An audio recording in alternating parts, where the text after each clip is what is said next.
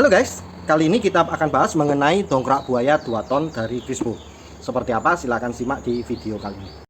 Dukung channel ini dengan like, share, dan subscribe ya guys. Oke, ini kemasan dari Crispo yang sudah saya punya. Sudah kotor ya. Sudah saya punya mulai tahun 2007.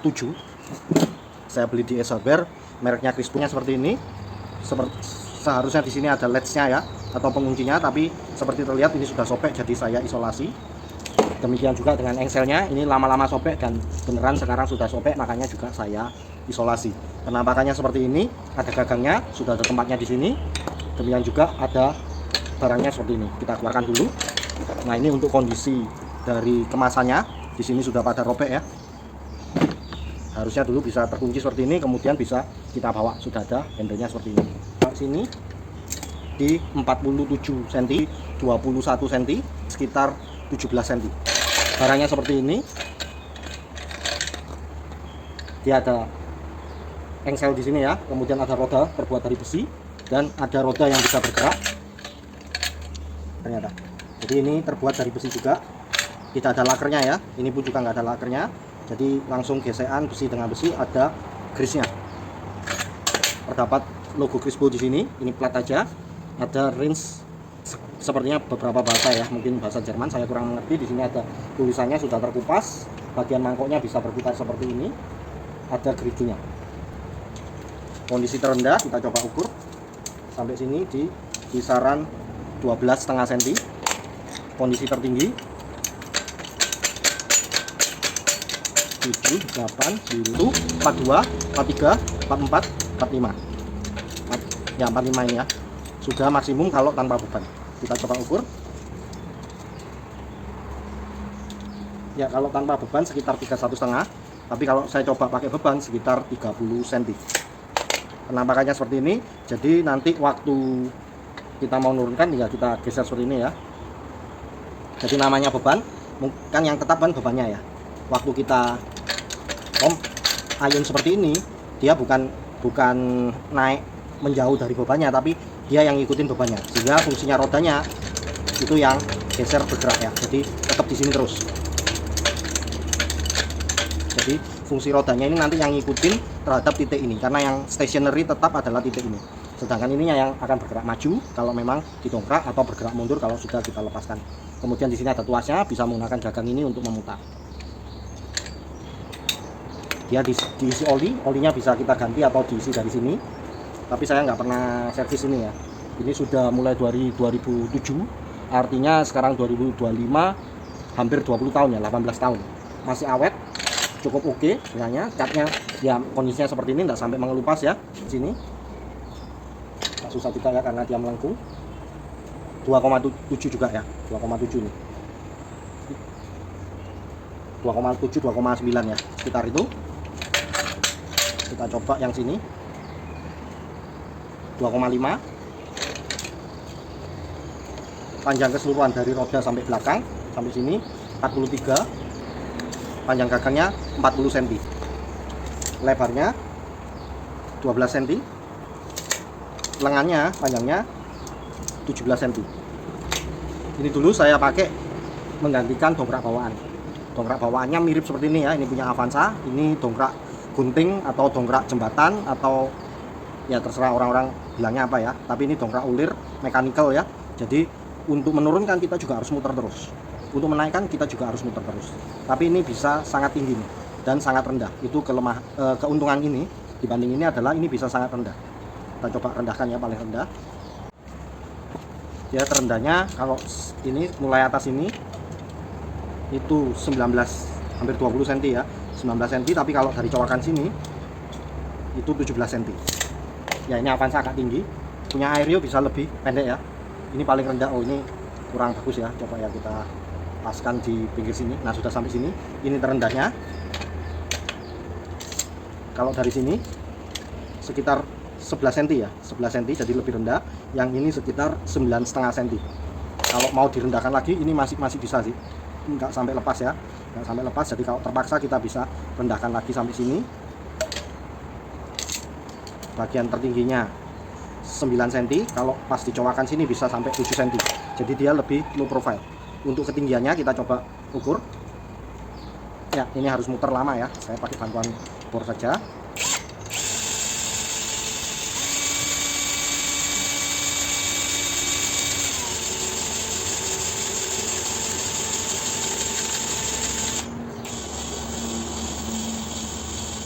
Ya, segini aja dulu cukup.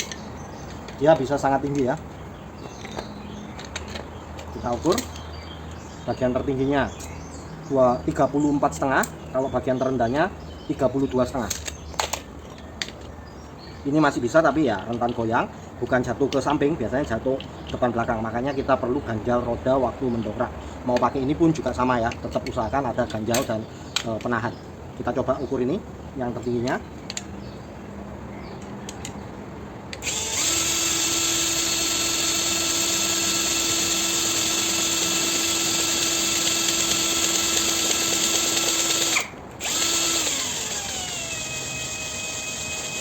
Sampai sini ya kira-kira ya, ada colokannya. Udah.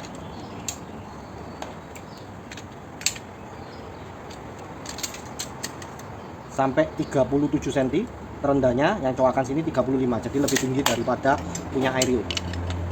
Ya, lebih tinggi ya, sedikit lebih tinggi, tapi rendahnya lebih rendah Aerial. Sedangkan kalau yang dongkrak buaya 2 ton ini cuma 30 cm ya. Perbedaan ketinggian 3 dongkrak. Ini sama-sama yang paling mentok, paling tinggi. Jadi positifnya dari dongkrak hidrolik ini, untuk menaikkannya lebih cepat daripada kalau putar manual. Beda cerita kalau kita sudah main power tool. Kemudian untuk menurunkannya, kita untuk yang ulir juga harus mengulir lumayan lama. Tapi kalau yang hidrolik tinggal kita kendurkan saja untuk bagian penurunnya ini. Tinggal kita gini, dia bisa pelan-pelan, atau kalau kita terlalu cepat bisa langsung anjlok. Jadi harus hati-hati di sana. Sedangkan kalau yang ini kita mesti muter lagi. Ya, untungnya sekarang sudah zaman power tool, jadi kita bisa lakukan dengan cepat.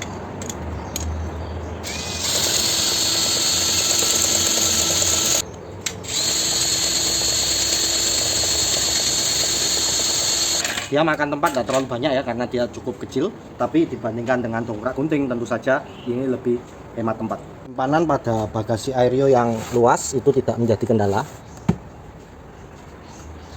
Pada bagasi Avanza yang nggak terlalu besar ya, itu jadinya cukup memakan ruang. Artinya kita tempat untuk naruh barang kita akan lebih terbatas.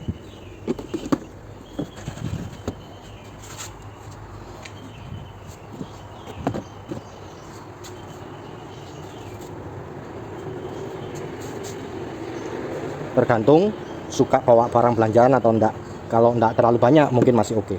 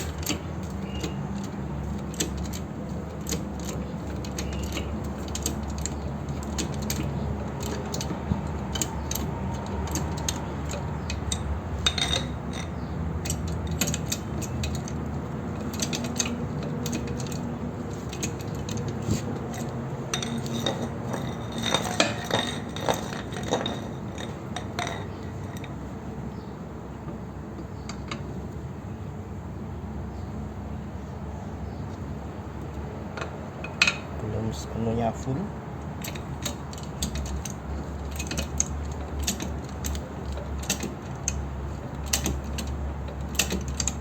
Sudah, nggak bisa lagi.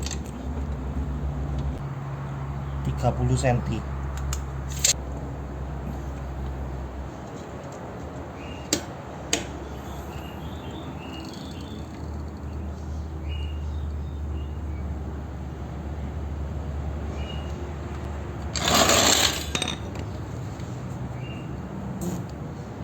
Menggores ya.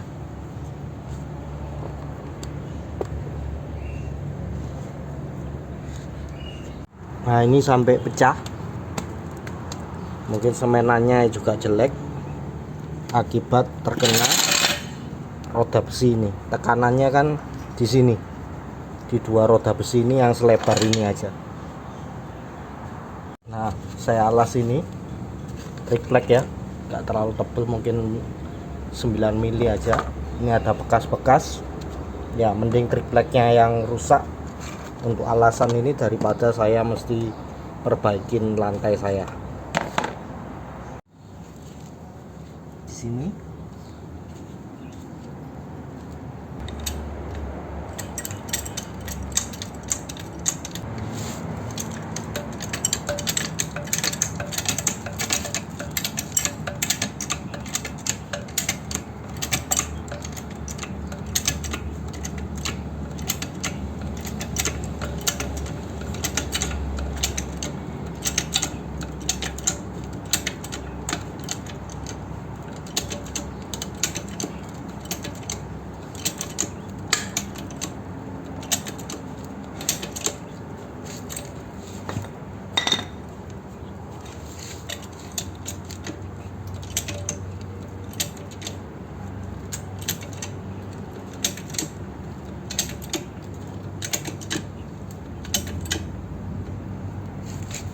full, sudah nggak bisa naik lagi. 30 cm kalau dari sini. Memutarnya pelan-pelan aja sambil ditahan supaya nggak langsung anjlok ya. Perlahan turun.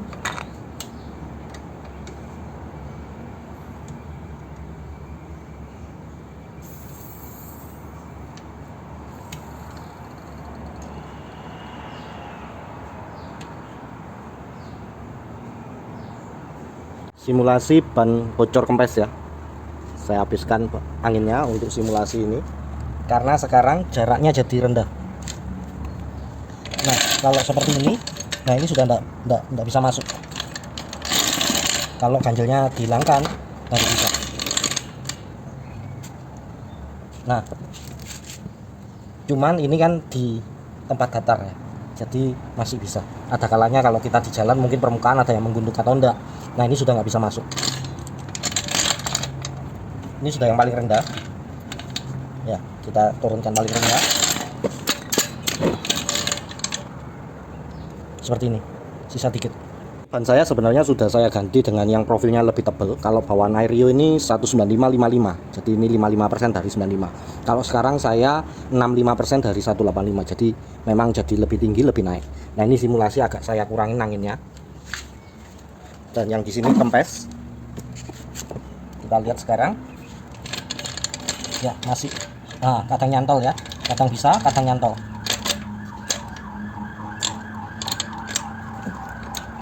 Nah kadang bisa.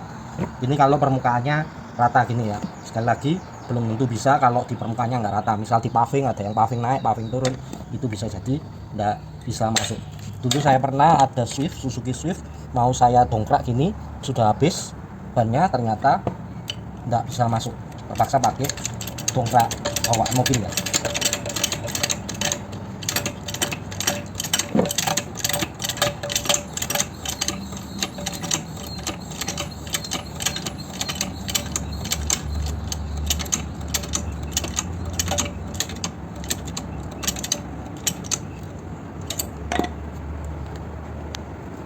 Ya kita pompa dulu.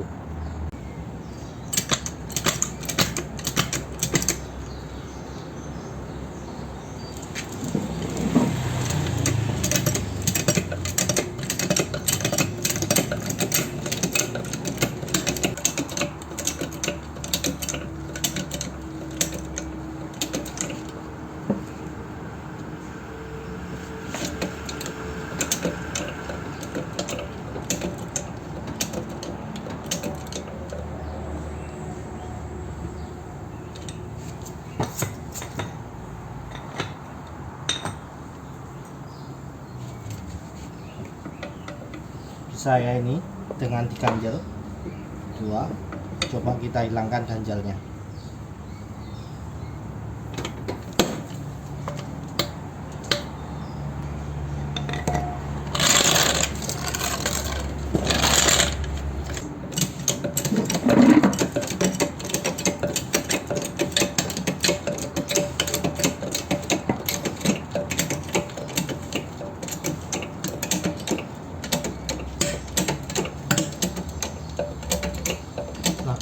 ini sudah penuh, sudah full. Ini masih belum lolos, ini nggak bisa diputar. Ketinggian angkat 30 ya, 30,5. Kalau kita ukur di sini ya 30-an ya. Dan ini sudah nggak bisa lewat, jadi perlu diganjal. Ini kelemahan dongkrak buaya untuk Avanza.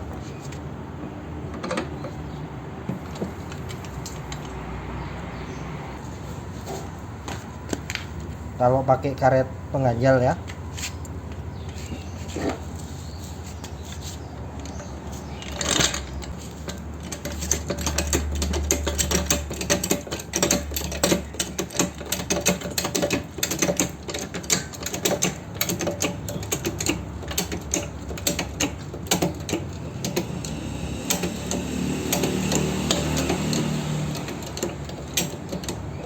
ini sudah mentok,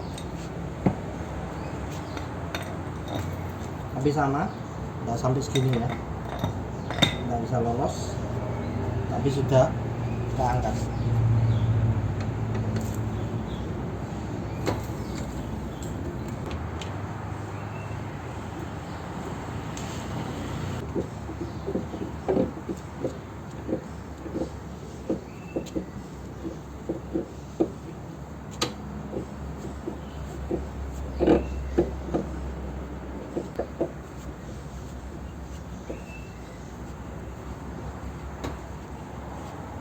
Ya perlu agak lama ya, dan perlu effort untuk memutarnya. Ini masih bisa lagi sampai sini ya, ada tandanya ya, jauh ya.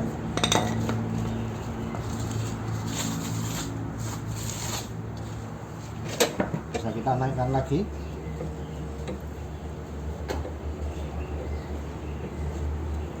Sangat tinggi ya.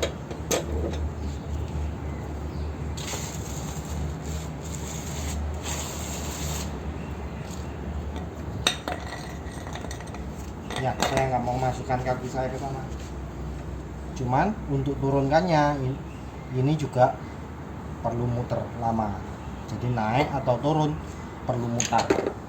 Kalau yang dongkrak buaya untuk turun sangat cepat, tinggal kita buka untuk anginnya. Dan ini kelihatan kurus, jadi kita mungkin khawatir ini akan terguling, makanya perlu ban itu diganjal. Kita turunkan.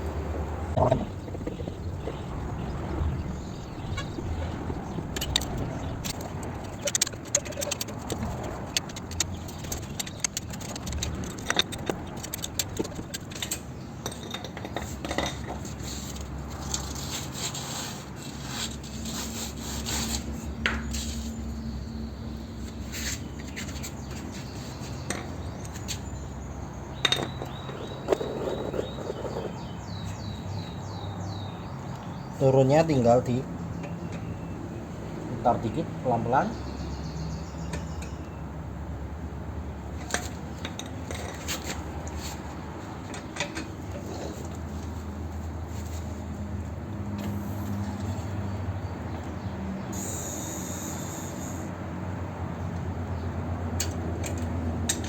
Tinggal tarik. Kemudian karena dia hidrolik ya, waktu dia naik, dia nahannya itu hanya berupa ring karet ya.